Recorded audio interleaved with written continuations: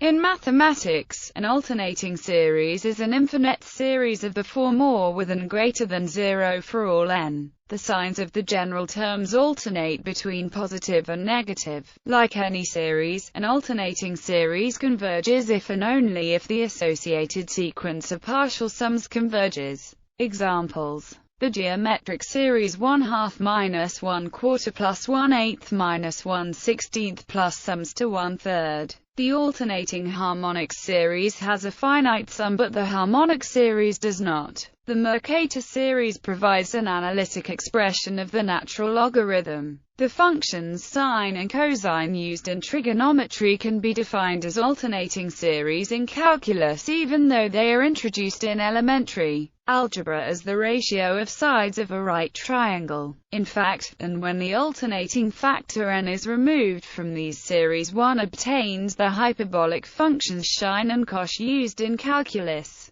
For integer or positive index alpha, the Bessel function of the first kind may be defined with the alternating series where gamma is the gamma function. If S is a complex number, the Dirichlet eta function is formed as an alternating series that is used in analytic number theory. Alternating series test. The theorem known as Leibniz's test, or the alternating series test, tells us that an alternating series will converge if the terms n converge to 0. Monotonically proof. Suppose the sequence converges to 0 and is monotone decreasing. If is odd n, we obtain the estimate via the following calculation. Since is monotonically decreasing, the terms are negative. Thus, we have the final inequality. Similarly, it can be shown that, since converges to R, partial sums form a Cauchy sequence and therefore converge.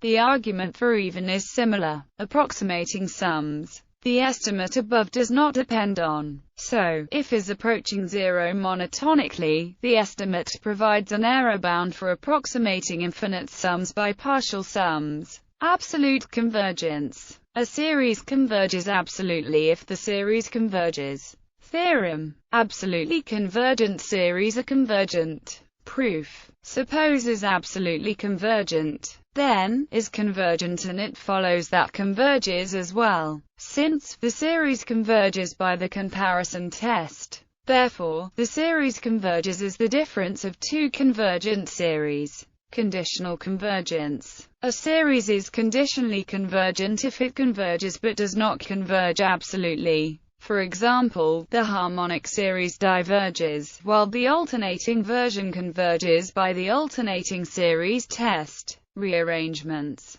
For any series, we can create a new series by rearranging the order of summation. A series is unconditionally convergent if any rearrangement creates a series with the same convergence as the original series. Absolutely convergent series are unconditionally convergent. But the Riemann series theorem states that conditionally convergent series can be rearranged to create arbitrary convergence. The general principle is that addition of infinite sums is only commutative for absolutely convergent series. For example, one false proof that 1 equals 0 exploits the failure of associativity for infinite sums. As another example, we know that but, since the series does not converge absolutely, we can rearrange the terms to obtain a series for series acceleration. In practice, the numerical summation of an alternating series may be sped up using any one of a variety of series acceleration techniques.